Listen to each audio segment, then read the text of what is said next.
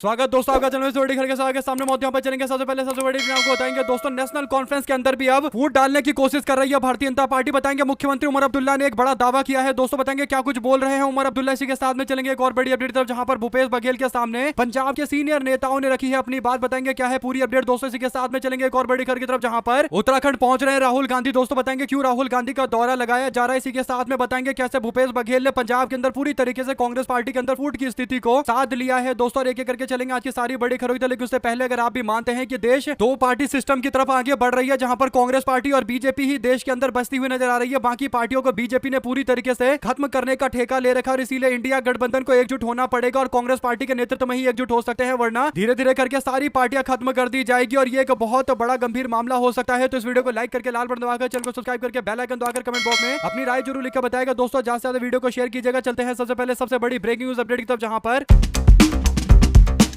जम्मू कश्मीर के मुख्यमंत्री उमर अब्दुल्ला ने शनिवार को भारतीय जनता पार्टी पर सत्तारूढ़ नेशनल कॉन्फ्रेंस में फूट डालकर उनकी सरकार गिराने के गंभीर आरोप लगाए हैं दोस्तों। अब्दुल्ला ने अपने दादी अकबर जहां की 26वीं पुण्यतिथि पर हजरत बल में अपने दादा दादी की मजार पर कार्यकर्ताओं के सम्मेलन को संबोधित करते हुए आरोप लगाया कि बीजेपी उनके विधायकों को खरीदने के लिए धन बल का इस्तेमाल कर रही है। अब्दुल्ला ने दावा किया कि नेशनल कॉन्फ्रेंस को तोड़ने की कोशिश की जा रही है और पैसे और मंत्री पोस्ट का लालच काम न आने पर बीजेपी अब बंद दरवाजे के पीछे मेरे विधायकों से कह रही है कि हमारे साथ आ जाओ, तुम्हें पूर्ण राज्य का दर्जा दिलवा देंगे, आप लोग पार्टी तोड़ दीजिए। और नेशनल कॉन्फ्रेंस के लोगों से ये वादा बीजेपी के लोग कर रहे हैं दोस्तों, क्योंकि सबको पता है कि जम्मू कश्मीर के अंदर पूर्ण राज्य का दर्जा एक बहुत बड़ी मांग है और आज नहीं तो कल बीजेपी को यह मांग पूरी करनी पड़ेगी, क्योंकि जम्मू कश्मीर की जनता इस मांग को लेकर लगातार बीजेपी सरकार पर दबाव बना रही है दोस्तों। लेकिन क्योंकि उमर अब्दुल्ला के रहते हुए बीजेपी पूर्ण राज्य का दर्जा नहीं दे रही और ये मैसेज भेजने की कोशिश कर रही है कि अगर उमर अब्दुल्ला के भरोसे बैठोगे और उनके मुख्यमंत्री रहते हुए उम्मीद करोगे कि पूर्ण राज्य का दर्जा मिलेगा, तो ऐसा बिल्कुल नहीं है। बीजेपी वाले उमर अब्दुल्ला के सामने एक नया नेतृत्व एनसी के अंदर यानी नेशनल कॉन्फ्रेंस के अंदर खड़ा करना चाहते हैं दोस्तों। इसके पीछे सबसे बड़ा तर्क इन लोगों को देने की कोशिश की जा रही है कि सोचिए कि आपकी पार्टी जिसमें आप काम कर रहे हैं नेशनल कॉन्फ्रेंस में, उसमें फारूक अब्दुल्ला के बाद उमर अब्दुल्ला मुख्यमंत्री बन गए, आप लोग तो कुछ नहीं कर पाएंगे, पार्टी में विधायक बनेंगे, ज्यादा से ज्यादा मंत्री बना दिया जाएगा, इससे ऊपर तो आप जा नहीं सकते। लेकिन अगर आप बीजेपी के साथ आ गए और भारतीय जनता पार्टी के हिसाब से काम करेंगे तो फिर आपको पूर्ण राज्य का दर्जा दिलवा दिया जाएगा। और अगर आप लोग पूर्ण राज्य का दर्जा मांग करेंगे और जनता को पता चलेगा कि आपके कहने पर बीजेपी ने पूर्ण राज्य का दर्जा दिया है, तो आप नेता बन जाएंगे। एक तरीके से दोस्तों पूर्ण राज्य के दर्जा का कार्ड खेलकर नेशनल कॉन्फ्रेंस के अंदर फूट डालने का यह बड़ा मामला सामने आ रहा है। अगर आप भी मानते हैं दोस्तों कि यह कार्रवाई ऐसे रुकेगा नहीं, बीजेपी के लोग एक बार समझ चुके हैं कि दूसरे की पार्टी तोड़ने से भारतीय जनता पार्टी को फायदा मिल रहा है और राज्य के अंदर बीजेपी किसी दूसरी पार्टी को पूरी तरीके से मजबूती के साथ नहीं देखना चाहती है दोस्तों। यही बड़ा कारण है कि धीरे धीरे करके सबका नंबर लगाया जा रहा है। और ऐसे में अगर आप भी मानते हैं कि एक टाइम में उमर अब्दुल्ला भी कांग्रेस पार्टी के खिलाफ बोला करते थे दोस्तों और इंडिया गठबंधन की एकजुटता को लेकर आनाकानी करते थे, अब उनको भी समझ में आ रहा होगा कि आनाकानी करने का क्या नुकसान हो रहा है। यहाँ तक कि गठबंधन भी जम्मू कश्मीर के अंदर टूट गया था दोस्तों, केवल इस बात को लेकर कि मंत्री का पोस्ट नहीं देने को तैयार थे उमर अब्दुल्ला और कांग्रेस पार्टी को अपने स्तर पर चलाने की कोशिश कर रहे थे। तो इससे पता चल रहा है कि जिस राज्य के अंदर किसी दूसरी पार्टी को यानी रीजनल पार्टी को, क्षेत्रीय दल को यह लगता है कि वो अपने हिसाब से पार्टी को चला लेंगे, तो फिर सबके साथ अंततोगत्वा यही होना है। अगर आप भी मानते हैं कि टीएमसी, आम आदमी पार्टी और अब नेशनल कॉन्फ्रेंस की तरफ बीजेपी के लोग तोड़फोड़ करने में लग गए हैं, तो इससे पता चल रहा है कि अब देश के अंदर केवल दो पार्टी का सिस्टम चल रहा है, या लोग कांग्रेस के साथ खड़े रहेंगे या बीजेपी के साथ में दोस्तों, यानी तीसरी कोई बात है ही नहीं। यानी विचारधारा की लड़ाई अब सीधे सीधे शुरू हो चुकी है। अगर आप भी मानते हैं कि अब दौर विचारधाराओं की संघर्ष का शुरू होने जा रहा है और बड़े स्तर पर शुरू होने जा रहा है, तो अपनी राय जरूर लिखकर बताएगा दोस्तों। चलते हैं एक और बड़ी अपडेट तक, जिसमें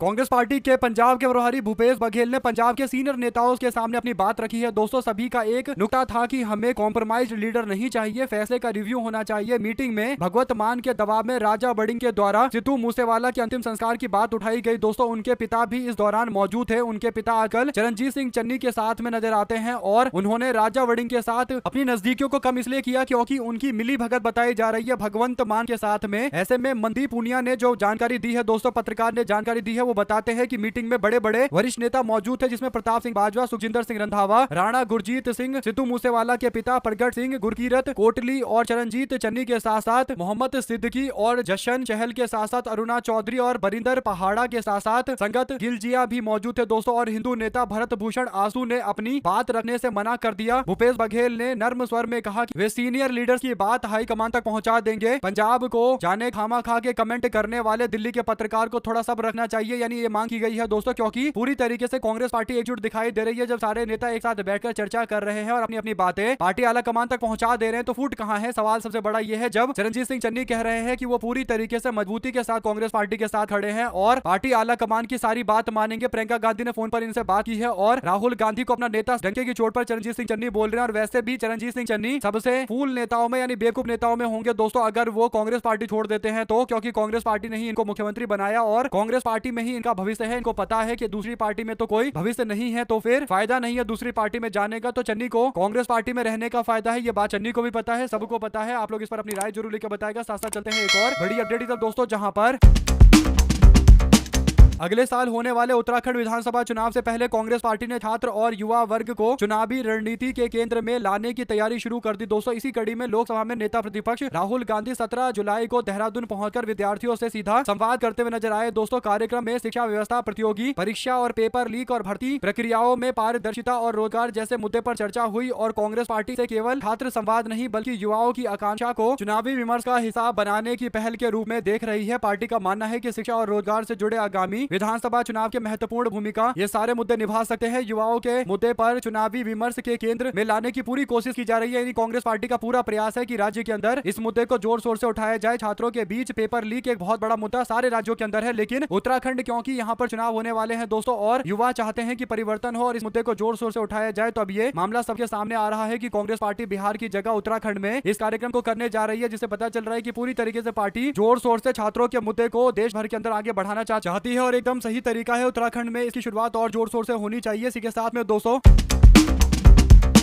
मध्य प्रदेश के दतिया के अंदर जो हुआ दोस्तों वो कोई छोटी मोटी घटना नहीं है, एक बहुत बड़ी घटना है। यानी मोदी और शाह के खिलाफ बगावती सुर अपनाने का एक ऐसा बड़ा मामला है जिस पर कोई भी बड़े से बड़ा एक्सपर्ट कह सकता है कि मोदी और शाह को लेकर अब बीजेपी के अंदर जो एक गुस्सा है वो प्रकट होना शुरू हो गया है दोस्तों। दतिया विधानसभा में होने वाले उपचुनाव को लेकर नरोत्तम मिश्रा जो बीजेपी के नंबर 2 नेता हुआ करते थे, उनको नंबर 2 नेता के पोस्ट से तो हटाया ही गया, यानी गृह मंत्री के पोस्ट से तो हटाया ही गया। लेकिन बड़ी बात यह है कि गृह मंत्री के पोस्ट से हटाने के बाद अब इनको दतिया विधानसभा वो भी उपचुनाव के अंदर टिकट नहीं दिया गया दोस्तों। यानी बीजेपी ने पूरी तरीके से साइडलाइन कर दिया है। इसके पीछे सबसे बड़ा कारण है कि मोदी और शाह इनसे नाराज चल रहे थे। ऐसे में नरोत्तम मिश्रा ने अपने पार्टी के कार्यकर्ताओं से अपील की कि वो पार्टी को समर्थन करे और पार्टी की बातों को माने, पार्टी के प्लेटफॉर्म पर अपनी बातों को करे। लेकिन 3000 से ज्यादा प्रदर्शनकारियों ने नेशनल हाईवे 44 को ब्लॉक कर दिया दोस्तों। पुलिस ने सड़क को खाली कराने की कोशिश की, प्रदर्शनकारियों ने पथराव कर दिया और हालात बिगड़ गए। यानी बीजेपी के नेता नरोत्तम मिश्रा को बिना बताए इनके समर्थकों ने जोरदार तरीके का बवाल किया। ऐसा मीडिया में दावा किया जा सकता है या करवाया जा सकता है, लेकिन ये विश्वास करने वाली बात नहीं है। जरूर इसके पीछे कुछ ना कुछ बड़ी तैयारी पहले से हो रखी है और नरोत्तम मिश्रा उसी दिन आकर अगर बोल देते तो उनके समर्थक चुप हो जाते दोस्तों। लेकिन 10 तारीख को ऐलान किया जाता है, 10 तारीख को जमकर बवाल करने दिया जाता है, सुबह तक बवाल होता है। उसके बाद अगले दिन 11 तारीख को बीते दिन आते हैं नरोत्तम मिश्रा मीडिया के सामने और कहते हैं कि मेरे समर्थकों को इस तरीके का बवाल नहीं करना चाहिए, उनको पार्टी प्लेटफॉर्म पर अपनी बात रखनी चाहिए। यानी अब आकर चिकनी चुपड़ी बातें करने लगे हैं, क्योंकि इनको पता है कि मामला इनके हाथ से निकल चुका है। या फिर यूं कहिए दोस्तों की कुछ चीजें बताई नहीं जाती लेकिन पता होता है कि करवा कौन रहा है। आप लोग इस पर अपनी राय जरूर लेकर बताएगा। साथ साथ चलते हैं एक और बड़ी अपडेट जिसमें शिक्षाविद एवं जलवायु कार्यकर्ता सोनम वांगचुक ने लोगों से किसी और के नेतृत्व का इंतजार करने के बजाय अपने जीवन के नायक स्वयं बनने का आग्रह करते हुए कहा कि सिर्फ एक सामान्य नागरिक हूं मैं और मुझे आधुनिक गांधी ना बोला जाए। यानी जो मुझे बोला जा रहा है कि मैं आधुनिक गांधी हूं और गांधी जी का काम कर रहा हूं, तो ये सब बातें मेरे लिए ना बोली जाए। कॉकरोच जनता पार्टी का परीक्षा संबंधित कथित अनियमितता के खिलाफ जंतर मंतर प्रदर्शन शनिवार को 22वें दिन भी जारी रहा दोस्तों। सोनम वांगचुक की अनिश्चितकालीन भूख हड़ताल का 14वां दिन रहा दोस्तों। संगठन की ओर से साझा किए गए स्वास्थ्य संबंधित जानकारी के अनुसार भूख हड़ताल शुरू करने के बाद सोनम वांगचुक का वजन 7.5 किलो कम हो गया और उनका रक्तचाप 106/74 दर्ज किया गया। तो काफी ज्यादा रक्तचाप में भी गिरावट देखने को मिल रही है। ब्लड प्रेशर घटता जा रहा है दोस्तों। कहीं ना कहीं अच्छी स्थिति उनके लिए नहीं है और कमजोरी बढ़ती जा रही है। तो इसे कह सकते हैं कि सोनम वांगचुक आम जनता का मुद्दा उठा रहे हैं, सोनम वांगचुक के इस्तीफे का मुद्दा उठा रहे हैं दोस्तों, लेकिन कोई सुनने को तैयार नहीं है। 2 शब्द आप इस पर जरूर लिखकर बताइएगा और ज्यादा से ज्यादा वीडियो को शेयर कीजिएगा। चलते हैं एक और बड़ी अपडेट की तरफ दोस्तों, जहां पर कांग्रेस पार्टी ने प्रधानमंत्री नरेंद्र मोदी की न्यूजीलैंड यात्रा के बीच शनिवार को दोनों देशों के संबंध में इतिहास का उल्लेख करते हुए कहा कि पूर्व प्रधानमंत्री इंदिरा गांधी और राजीव गांधी के कार्यकाल में न्यूजीलैंड के तत्कालीन प्रधानमंत्री डेविड लेंग ने भारत न्यूजीलैंड संबंधों को नई दिशा देने में महत्वपूर्ण भूमिका निभाई दोस्तों। पार्टी के महासचिव जयराम रमेश ने एक्स पर पोस्ट करते हुए कहा कि प्रधानमंत्री मोदी की न्यूजीलैंड यात्रा से उन्हें एक ऐसे विशिष्ट व्यक्ति की याद आती है जिन्होंने भारत न्यूजीलैंड संबंधों के बदलाव में बड़ी भूमिका अहम भूमिका निभाई है। रमेश ने कहा कि डेविड लेंग 1984 और 1989 तक न्यूजीलैंड के प्रधानमंत्री रहे और अक्टूबर 1984 में प्रधानमंत्री बनने के बाद उनकी पहली विदेश यात्रा भारत की थी। उन्होंने कहा कि लैंग का तात्कालिक प्रधानमंत्री इंदिरा गांधी के साथ अच्छा तालमेल रहा और बाद में तात्कालिक प्रधानमंत्री राजीव गांधी ने उनके साथ विशिष्ट व्यक्तिगत संबंध रखे। और नरेंद्र मोदी जो न्यूजीलैंड के अंदर बातें बोल रहे थे दोस्तों, उसको लेकर भी तंज कसा गया और बताया गया कि कैसे भारत और न्यूजीलैंड ने बड़े लंबे समय से अच्छे संबंधों की वजह से कई सारी चीजें अचीव करी है। आप लोग इस पर अपनी राय जरूर लिखकर बताएगा। दोस्तों चलते हैं एक और बड़ी अपडेट की तरफ, जहां पर नरेंद्र मोदी के मफलर को लेकर चर्चाएं काफी ज्यादा चल रही है। दोस्तों आपको बता दें कि न्यूजीलैंड के अंदर प्रधानमंत्री नरेंद्र मोदी भारतीय समुदाय के लोग यानी इंडियन डायस्पोरा को संबोधित करते हुए नरेंद्र मोदी कहते हैं कि मैं न्यूजीलैंड 30 साल पहले आया था और तब मुझे एक व्यक्ति ने 3 चीज दी थी, जिसमें वो कैप का जिक्र करते हैं, टोपी का जिक्र करते हैं, मफलर का जिक्र करते हैं दोस्तों, और कहते हैं कि हाथ का ग्लव भी दिया था। और इसके बाद नरेंद्र मोदी कहते हैं कि 30 साल बाद मैं वही मफलर पहनकर आया हूँ, यानी मफलर की बातें कर रहे हैं नरेंद्र मोदी। दोस्तों बड़ी बात यह है कि मफलर 30 साल के बाद भी प्रधानमंत्री के पास है और प्रधानमंत्री लेकर न्यूजीलैंड गए हैं और बता भी रहे हैं। ऐसे में कई सारे लोगों की इस पर अलग तरीके की राय है दोस्तों। कई लोग कहते हैं कि भाई साहब ये कुछ ज्यादा नहीं हो गया। कई लोगों ने मजाक उड़ाते हुए कहा कि इनका न्यूजीलैंड से भी 30 साल पुराना संबंध निकल गया, रिश्ता निकल गया। और इसके बाद आगे लोग कहते हैं कि अब इसका क्या है, चांदनी चौक से उठा लो और कह दो कि रविन्द्रनाथ टैगोर ने मेरे को दिया था। कुछ लोग कह रहे हैं कि केजरीवाल जी भी ये कह सकते हैं कि मेरा मफलर था वो 30 साल पहले खो गया था। तो सही तरीके से लोग मजाक उड़ा रहे हैं दोस्तों, यानी ऐसी ऐसी बातें करते हैं प्रधानमंत्री की अब लोगों के गले उतरती नहीं है और लोग फिर इसके बाद जमकर निशाना साधते हैं दोस्तों। और बड़ी बात यह है कि बीजेपी वाले ये मानने को तैयार नहीं है कि देश के अंदर प्रधानमंत्री के भाषण के कारण आम जनता इतनी ज्यादा परेशान है कि वो सुनने तक को तैयार नहीं है कि प्रधानमंत्री क्या बोल रहे हैं, क्योंकि इतनी बड़ी बड़ी बातें कर देते हैं कि फिर लोगों की ये प्रतिक्रियाएं सामने आती है। इस पर आप लोग की जो भी राय हो लिखकर जरूर बताएगा। दोस्तों चलते हैं एक और बड़ी अपडेट की तरफ, जहां पर राष्ट्रीय जनता दल के कार्यकारी अध्यक्ष और बिहार विधानसभा के नेता प्रतिपक्ष तेजस्वी यादव के खिलाफ युवा चेतना सुप्रीमो रोहित सिंह ने एक बार फिर से हमला बोला। दोस्तों रोहित कुमार सिंह ने बिहार विधानसभा का उपचुनाव है और accidental leader opposition Tejashwi Yadav लापता है ये बयान दिया है। दोस्तों वो दावा करते हैं कि तेजस्वी यादव ये जो बांकीपुर का उपचुनाव हो रहा है उसमें लापता है। ऐसे में रोहित दावा करते हैं तो इस पर राष्ट्रीय जनता दल ने जवाब दिया। दोस्तों आरजेडी ने कहा कि आप तेजस्वी यादव को मत ढूंढिए, आने वाले दिनों में तेजस्वी यादव आपको बांकीपुर में प्रचार करते हुए दिखाई देंगे। ऐसे में दोस्तों तेजस्वी यादव ने अपना उम्मीदवार रेखा गुप्ता को बनाया है और वो चुनाव लड़ रही हैं, तो तेजस्वी यादव प्रचार करने के लिए क्यों नहीं आ रहे, इस बात को लेकर बीजेपी के नेता परेशान चल रहे हैं। दोस्तों अब देखते हैं तेजस्वी यादव प्रचार करने के लिए कब आएंगे। लेकिन बांकीपुर का उपचुनाव राष्ट्रीय जनता दल के लिए आसान तो नहीं होगा, ये बात कह सकते हैं। और क्योंकि प्रशांत किशोर मैदान में उतरे हुए हैं तो अच्छी बात है कि तेजस्वी यादव प्रचार करने के लिए नहीं आ रहे। कम से कम विपक्ष के वोट आपस में विभाजित नहीं होंगे और प्रशांत किशोर क्योंकि एक मजबूत दावेदार है दोस्तों, और कहीं ना कहीं इनडायरेक्ट तरीके से विपक्ष समर्थन भी कर रहा है। कांग्रेस पार्टी का एक बड़ा वर्ग है जो प्रशांत के साथ में खड़ा है, तो तेजस्वी यादव प्रचार करने नहीं आ रहे तो हो सकता है कि विपक्ष स्ट्रेटेजी का हिस्सा हो कि उम्मीदवार उतार देते हैं नाम के लिए और प्रचार करने जाएंगे, नहीं तो पूरी तरीके से समर्थन प्रशांत किशोर को मिल जाएगा और पूरी तरीके से भारतीय जनता पार्टी को पलटा जा सकता है। वरना अगर तेजस्वी यादव उम्मीदवार ना उतारे तो उसके बाद हो सकता है कि तेजस्वी यादव के जो समर्थक है वो आरजेडी को वोट देने की जगह कहीं और चले जाए, तो ये भी एक बड़ा कारण है कि स्टेट का हिस्सा हो सकता है। दोस्तों यही बात बीजेपी के नेताओं को डरा रही है कि कहीं ये मिलकर काम तो नहीं कर रहे सब। साथ ही साथ महाराष्ट्र की राजनीति में कुछ ना कुछ लगातार होता चला जा रहा है। दोस्तों राजनीतिक पार्टियों का टूटना लगातार जारी है और नई पार्टियों का मिलना भी लगातार जारी है। शिवसेना 2 बार टूट गई, एनसीपी 1 बार टूट चुकी है और अब वहां पर एक बार फिर जुड़ने की बात हो रही है। इस बार चर्चा इस बात को लेकर हो रही है कि शरद पवार वाली एनसीपी का क्या होगा, क्योंकि जब से उद्धव ठाकरे वाली शिवसेना दोबारा टूटी है ये चर्चा जोरों पर है। इस बीच ये भी कहा गया कि शरद पवार एनसीपी और इंडिया गठबंधन के बीच विकल्प तलाश रहे हैं। शरद पवार महाराष्ट्र के उप मुख्यमंत्री एकनाथ शिंदे से मिलने के लिए विधानसभा चले गए तो इस पर चर्चा चल रही थी। इसके बाद एनसीपी की नेत्री सुप्रिया सुले कहती हैं कि ऐसा कुछ नहीं है, हम लोग इंडिया गठबंधन के साथ मजबूती से खड़े हैं। तो अलग अलग तरीके की चर्चाएं चल रही है, लेकिन कंफ्यूजन की स्थिति तो है, इसमें कहीं दो राय नहीं है दोस्तों। एनसीपी व्यापक स्तर पर कहीं ना कहीं कुछ बड़े फैसले लेने की कोशिश जरूर कर रही है, ये तो कहा जा सकता है। अब देखते हैं आगे क्या कुछ होता है, क्योंकि एनसीपी के नेता शरद पवार किसानों को लेकर तारीफ कर रहे हैं और उनको माना जाता है कि वो किसानों के नेता है। तो ऐसे में क्या ये तारीफ की जा रही है बीजेपी के किसानों का कर्ज माफी भाजपा कर रही है, जो तथाकथित तौर पर कर रही है दोस्तों, जिसका कोई जमीनी प्रमाण नहीं है, तो क्या वो बातें जानबूझकर कर रहे हैं ताकि बीजेपी को सपोर्ट कर दिया जाए। वैसे भी अब कांग्रेस पार्टी को महाराष्ट्र को लेकर ज्यादा चिंता करनी नहीं चाहिए, क्योंकि जिसको जहां जाना है वो जाओ। असली लड़ाई विचारधारा की कांग्रेस वर्सेस बीजेपी होने जा रही है, डंके की चोट पर। जो कांग्रेस के साथ है वो भाजपा के खिलाफ है और जो भाजपा के साथ है वो कांग्रेस के खिलाफ है। ये भी में कुछ अब चल नहीं रहा कि यहाँ पर क्षेत्रीय पार्टी उसका समर्थन करती है, इसका समर्थन नहीं करती। विचारधारा की आर पार की लड़ाई है। साथ साथ दोस्तों जेजेडी के राष्ट्रीय अध्यक्ष और लालू यादव के बड़े बेटे तेज प्रताप यादव के सोशल मीडिया पर किए गए एक पोस्ट से सियासी भूचाल आ गया है दोस्तों। सोशल मीडिया एक्स पर पोस्ट करते हुए तेज प्रताप यादव ने बिहार सरकार के गिरने का दावा किया है। साथ ही उन्होंने बिहार के पूर्व मुख्यमंत्री नीतीश कुमार और वर्तमान मुख्यमंत्री सम्राट चौधरी के बीच सब कुछ ठीक ठाक नहीं होने का दावा किया। तेज प्रताप यादव ने बिहार सरकार के जल्द गिरने को लेकर प्रिडिक्शन किया है। उन्होंने कहा कि मैं वृंदावन के अंदर बैठा हुआ हूँ, वृंदावन से जब भी मैंने भविष्यवाणी की है वो सच हुआ है। और इसके बाद जो वो बातें कह रहे हैं दोस्तों, हालांकि उनके पीछे तर्क तो दे नहीं रहे इसके पीछे, लेकिन जो एक बात जो काफी ज्यादा चर्चा में चल रही है बिहार के अंदर, वो नीतीश कुमार की पार्टी के अंदर चल रहा विवाद है, क्योंकि नीतीश कुमार के हाथ से धीरे धीरे करके उनकी पार्टी जनता दल यूनाइटेड चलती चली जा रही है दोस्तों, यानी उनके हाथ के अंदर से कंट्रोल हटा चला जा रहा है। और ये साफ संकेत है कि नीतीश कुमार के खिलाफ एक बड़ी साजिश जनता दल यूनाइटेड में चल रही है। और कौन कर रहा है साजिश, आप लोग जानते हैं कि कौन जनता दल यूनाइटेड को भी निपटाने में लगा पड़ा है। और इसी और संकेत दे रहे हैं तेज प्रताप यादव। हालांकि उन्होंने ये बात खुलकर बताई नहीं, लेकिन अलग अलग तरीके की प्रतिक्रिया है पूरे मामले पर। आपकी जो भी राय है लिखकर जरूर बताएगा। साथ साथ चलते हैं एक और बड़ी अपडेट दोस्तों, जहां पर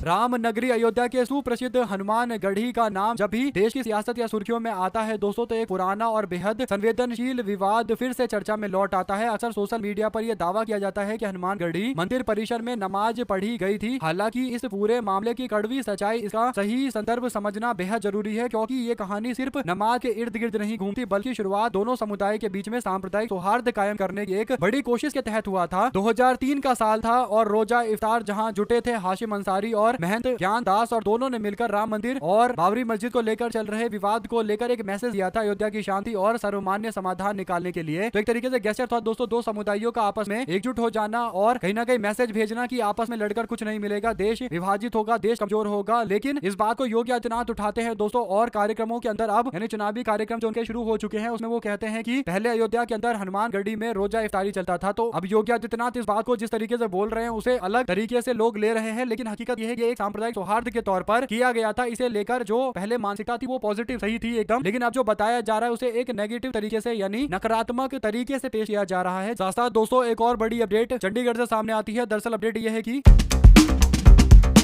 बीजेपी ने शनिवार को राज्यपाल को ज्ञापन सौंपकर आरोप लगाया कि पंजाब सरकार ने स्थानीय निकाय चुनाव और इसके बाद जो नगर निगम और नगर परिषद के मेयर और अध्यक्ष के चुनाव हुए उसमें लोकतंत्र को कमजोर किया, क्योंकि कई जगह पर हस्तक्षेप का मामला सामने आया दोस्तों, क्योंकि प्रशासन के द्वारा सरकारी तंत्र का दुरुपयोग किया गया। बल्कि राजनीतिक पार्टी आम आदमी पार्टी पर आरोप लगा कि उन्होंने सरकारी तंत्र का दुरुपयोग करके अलग अलग क्षेत्रों के अंदर चुनाव जीता है। नगर निगमों, नगर परिषदों, नगर पंचायतों और कई क्षेत्रों के अंदर सवाल खड़े किए गए दोस्तों। ऐसे में राज्यपाल से मामले पर दखल देने की मांग की गई है और कहा गया है कि तरीका सही नहीं है चुनाव कराने का। भाजपा वाले पहुंचे आम आदमी पार्टी सरकार के खिलाफ शिकायत करने के लिए। देखते हैं इस पर राज्यपाल क्या कोई एक्शन लेते हैं या फिर मामले को जैसे तैसे ठंडे बस्ते में डाल देंगे। जो इस पर आपकी प्रतिक्रिया है दोस्तों लिखकर जरूर बताएगा। साथ साथ चलते हैं और बड़ी खबर की तरफ, जहां पर प्रकाश राज पहुंच गए। कॉकरोच जनता पार्टी के द्वारा जो आंदोलन किया जा रहा है, जो प्रोटेस्ट चल रहा है दोस्तों धर्मेंद्र प्रधान के इस्तीफे के लिए और शिक्षा व्यवस्था में बदलाव को लेकर, तो प्रकाश राज कहते हैं कि बीजेपी ने व्हाट्सएप को एक वेपन बना दिया, यानी सोशल मीडिया प्लेटफॉर्म व्हाट्सएप के माध्यम से भारतीय जनता पार्टी ने एक यूनिवर्सिटी बनाई, व्हाट्सएप यूनिवर्सिटी, और सोशल मीडिया से उस व्हाट्सएप यूनिवर्सिटी का संचालन चलता है। और सोशल मीडिया व्हाट्सएप के बीच में ऐसा लिंक कर दिया कि आम जनता को पता ही नहीं चल रहा है कि देश के अंदर चल क्या रहा है, और आम जनता को पूरी तरीके से व्हाट्सएप यूनिवर्सिटी के इर्द गिर्द घुमा दिया गया है। उन्होंने कहा कि सोनम वांगचुक आंदोलन कर रहे हैं, अनशन कर रहे हैं, हम उनका पूरी तरीके से समर्थन करते हैं, और जिस तरीके से सवाल पूछे जाते हैं तो बीजेपी के लोगों को ये बातें चिढ़ाती हैं, और जरूरी है कि हम लोग सवाल पूछते रहे ताकि ये लोग चिढ़ते रहे। किसी भी तरीके से हम लोगों को हिंसा का सहारा नहीं लेना, हम लोगों का अधिकार है कि हम सवाल पूछे, हम लोग प्यार प्रेम के साथ में सवाल पूछे। सोनम वांगचुक के साथ हम पूरी तरीके से लड़ाई में, सच्चाई की लड़ाई में साथ में खड़े हैं। तो प्रकाश राज ने भी अपना समर्थन दिया। इससे पहले पंजाब के सिंगर काका भी आए थे दोस्तों, उन्होंने भी समर्थन दिया। तो कह सकते हैं कि धीरे धीरे करके लोग मंच पर आ रहे हैं अपने अपने तरीके से इस आंदोलन का समर्थन करने के लिए। और सबको पता है कि जैसे अन्ना आंदोलन भी हुआ था तो वो अचानक तो बड़ा आंदोलन हुआ नहीं था, धीरे धीरे करके मुद्दा तूल पकड़ता गया और उसके बाद 2013 के अंदर जाकर एक बहुत बड़ा आंदोलन हुआ था। साथ साथ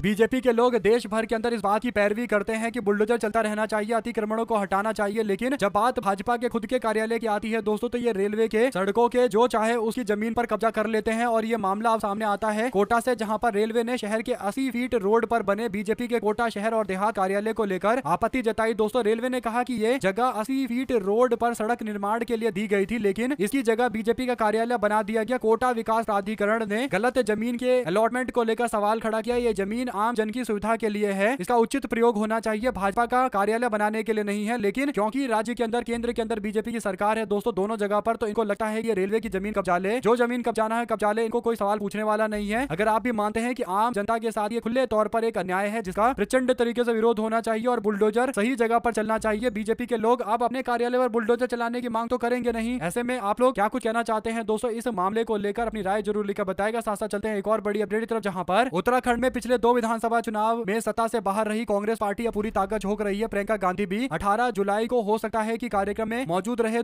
17 जुलाई को देहरादून के अंदर जो कांग्रेस पार्टी के राष्ट्रीय अध्यक्ष मल्लिकार्जुन खड़गे, राहुल गांधी और प्रियंका गांधी की सभा होने वाली है। उसके बाद प्रियंका गांधी राज्य के दौरे के अगले दिन भी मौजूद रह सकती है। 18 तारीख को भी कईयों की बैठक बुलाई गई है। तो ऐसे में कांग्रेस पार्टी 17 तारीख को एक बड़ा नेतृत्व के लोगों के साथ में मौजूद रहना चाहती है। दोस्तों, बड़े नेतृत्व के लोगों के साथ में मौजूद रहना चाहती है ताकि पार्टी के कार्यकर्ताओं को मैसेज क्लियर कट जाए कि पूरी पार्टी एकजुट है। उत्तराखंड के अंदर कोई गुटबाजी नहीं होगी। जब पार्टी आला कमान एकजुट है तो आप लोग एकजुट रहिए और मिलकर काम करिए। उत्तराखंड परिवर्तन की ओर तेजी से बढ़ रहा है। दोस्तों, जो लोग भाप सकते हैं कि अंकिता भंडारी का जो मामला है वो बहुत बड़ा मामला है और अंकिता भंडारी के मामले से जुड़े विरोध प्रदर्शन और बीजेपी के खिलाफ रोष को लेकर ये बात समझ में आ गया था कि कहीं ना कहीं राज्य के अंदर बीजेपी की सरकार को लेकर गुस्सा बहुत ज्यादा है। और दूसरा दोस्तों की सेना को लेकर जो फैसला बीजेपी ने लिया, खासकर अग्निवीर वाला, तो उसे लेकर तो उत्तराखंड के अंदर विरोध नहीं होगा तो कहां होगा, ये भी एक बड़ा सवाल है। आप लोग अपनी राय जरूर लेकर ज्यादा से ज्यादा वीडियो को शेयर कीजिए।